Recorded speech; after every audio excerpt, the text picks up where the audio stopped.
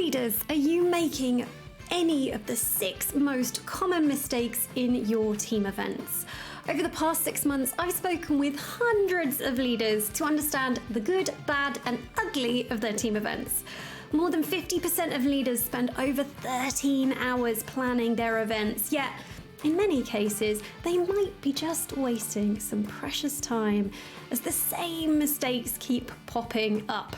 Hi, I'm Chloe Temple, the founder of The Ultimate Offsite, and in today's episode, we're revealing the 6 common pitfalls that could be sabotaging your team events.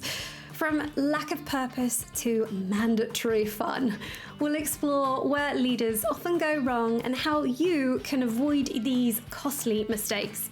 In this video, we'll unpack each pitfall and offer some practical solutions to ensure your next team event is a resounding success and not a waste of anyone's time. So, let's dive in.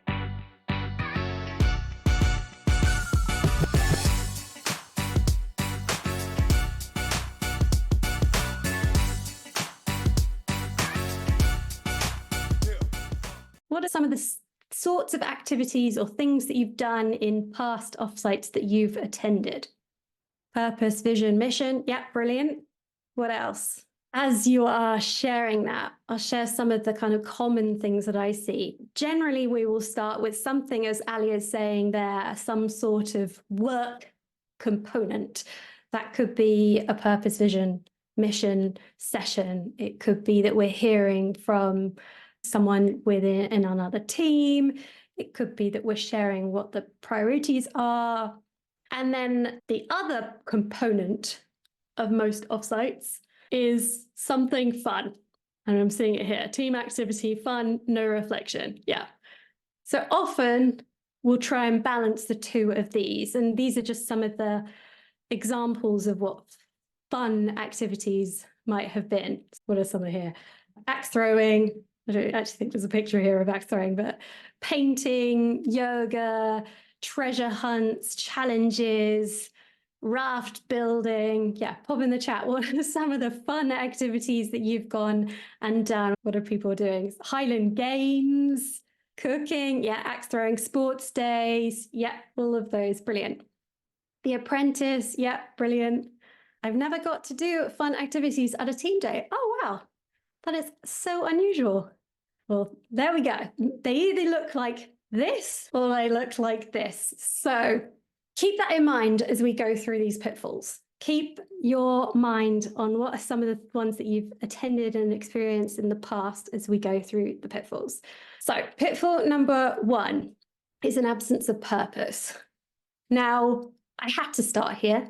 I had to start with why we're doing it, why we're gathering. Because this is the one where most leaders feel the most confident. So most leaders say, yeah, no, I've got it. Like I'm clear on the objectives that I have for my team event. I know why we're doing it. I know what we're doing here. But it's also then when I speak with facilitators or other people who support leaders on teams with running their offsite, it's always the one that they say is the biggest gap, which is funny. There's this disconnect. And I thought I'd share an example of where I feel like this disconnect can come from. So the last offsite that I attended before I left corporate to start this was a design thinking workshop. It was post-pandemic. The organization had decided to bring the 50 leaders together in person with beautiful location overlooking the Sydney Opera House, just absolutely stunning venue for a 1-day offsite. And I arrived in the room, went to the back of the room, got a coffee, pastries, and then the majority of the day was to go spend in a team. So we'd all been allocated a table and went to go find our team, and we were going to go through a design thinking experience as a team. The latter part of the day, we were then going to present back Dragon's Den style or Shark Tank style to the judging panel on who had come up with the best idea for the day.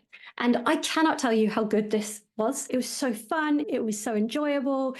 The quality of the ideas that the leaders came up with, or the teams were coming up with, was just brilliant. really exceptional.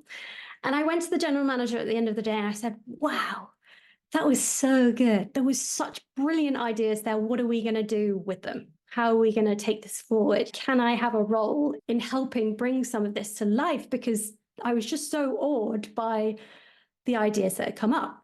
And he said, oh, actually, Chloe, we're not going to do anything with it. We're very clear on our strategy. We don't need any distractions. And so the purpose of today was just to be a bit of fun and to get the team together and connect. No one had seen each other in person for a year. So actually it was to get the leaders to spend a bit of time together. And I left that conversation going, genuinely such a waste. And thinking, if the purpose of that was for me to connect with the other leaders in the organization, I didn't actually do that. Apart from my mini team that I was in, we didn't have an opportunity. There was no space within the day created for me to actually have conversations with the rest of the team. And so I share that because it's such a great example of what could, on the face of it, look like a really good experience, but didn't actually match the purpose for which it was brought about. Does that resonate? So, in absence of purpose, is what you are creating, or in the past, has what you've created, or the purpose for what you've created lined up with what you've actually gone and done in it? If your purpose was to connect the team, have you even allowed space for that, as an example? The second most common pitfall, and this is a kind of 3-for-1, there's probably three, there's three stuffed in here, is jam-packed, sidetracked, and talked at. And this training is a bit of an example of being jam-packed, where I'm falling into in this training, one of the most common pitfalls. We so want to add so much value to our teams for it to not be a waste of time that we pack the agendas way too full. It's the most common problem or pitfall that we fall into when things get condensed into too little time, or agendas items get put and left to the next meeting, etc. Or that we get sidetracked where we'll go down a rabbit hole of one specific thing and it's actually didn't have relevance to the agenda. We've lost it. Or we're just talked at. So again, there's no engagement, there's no participation. We haven't created space for that. So put your hand up if you haven't experienced that. Okay. The third most common pitfall is a fear of fluff and the training trap. So at the beginning, I talked about the top priorities that leaders told me that they had for organizing team events. Right at the bottom was enhancing skills within the team. Only 9% said that that is a priority or the primary role or one of the 3 primary roles of their team event. Yet, it is the number one thing I am asked to do when I'm asked to support teams, because training feels safe. If you say, Chloe, can you do a negotiation training? There feels like there's a tangible result that you are going to get from Johnny knowing how to negotiate that little bit better. We can see the ROI in it. It feels safe to organize training because it feels like we can justify it if anyone came and asked us why we were spending budget on it or what we were doing. It feels like we can tick that off, right, we're doing something meaningful. And yet, that is not what leaders are telling me that they want. That's not what they say that they actually want the event for. They want to build the connections. They want to align their team around their strategy and goals. And yet they will fill some of it. And I'm not saying that there isn't a role for training. I absolutely love to learn. I love to train. But again, if it doesn't align with a purpose, is that the best use of the time? There is a fear of fluff as a pitfall. The fourth one is too much mandatory fun. Now, the examples that I've shared before might be fun for a lot of the individuals, might be someone's worst nightmare. I don't know if I mentioned I'm writing a book. I'm 60,000 words into writing a book called The Offsite Advantage, all about how you make the most of bringing your team together. And as part of that, I've interviewed so many leaders to hear so many experiences of what they've done. And I've heard some shock stories, some horror stories of where individuals have been forced into building rafts, or someone who's in AA has ended up at a cocktail making classes. There's just so many examples of where mandatory fun can be taken too far. I won't share that example, but I think we can all see that it can be, and Zanny, you won't have experienced this, but when you can do the fun, might avoid this one, which is unconscious exclusion, which is the fifth pitfall. And drinks are a really common example of where we can unconsciously exclude. I'm not saying there isn't a role for drinks within offsites, there absolutely can be, but if that is your solo method for bonding your team, there are better options to choose because it's not inclusive for everyone for lots of different reasons. I've had conversations with leaders who are frustrated that their Gen Zs don't want to come to the drinks. For personal health, religious reasons, drinks are not super inclusive. But it's not just something like drinks that leaves people out. Also, we often will leave our teams out of some of the planning process. So like the strategic planning, our vision, values, goals, those sorts of things. As I shared at the beginning, we put pressure on ourselves to be the one who creates all of that. And we don't know how to involve our team in taking part of creating those vision, values, mission, goals, etc. Not everyone, but generally this is quite stressful. And this came through again in the research when I asked what are the top 3 challenges that leaders had in planning their events. Ensuring meaningful engagement came out as top. When I asked that which one was the most urgent to solve, a third of leaders said that that was their primary consideration. We want to, and that fell across all, managers of all different tenures and experience. We want events to feel more like B than we do A. We want to involve, or we're going to do better if we involve them rather than just talking at them or just deploying to them. How can you help them feel part of something? It comes back to what we talked about in the why earlier on. So in the chat, feel free to put which one's yours looks more like A or B. The final pitfall is a lack of follow through. So this came through as the second most urgent one for people to solve. However, interestingly, I overlaid this with level of experience. This was one of the top priorities, or the top priority for those who are managers of managers or experience of leadership of over 10 years. It's what do we do differently as a result of having brought the team together?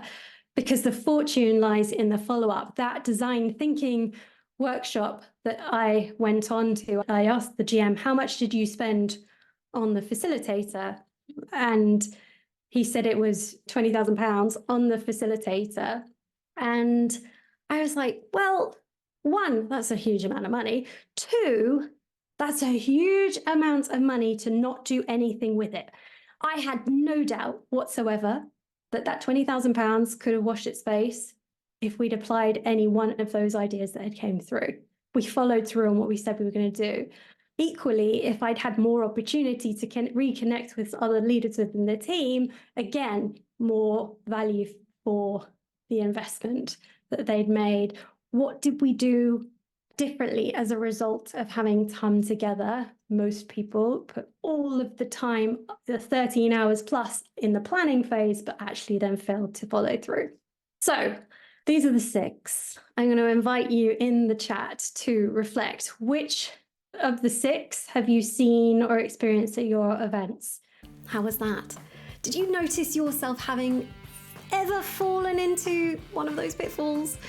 If you're brave enough to share, I'd love to hear in the comments.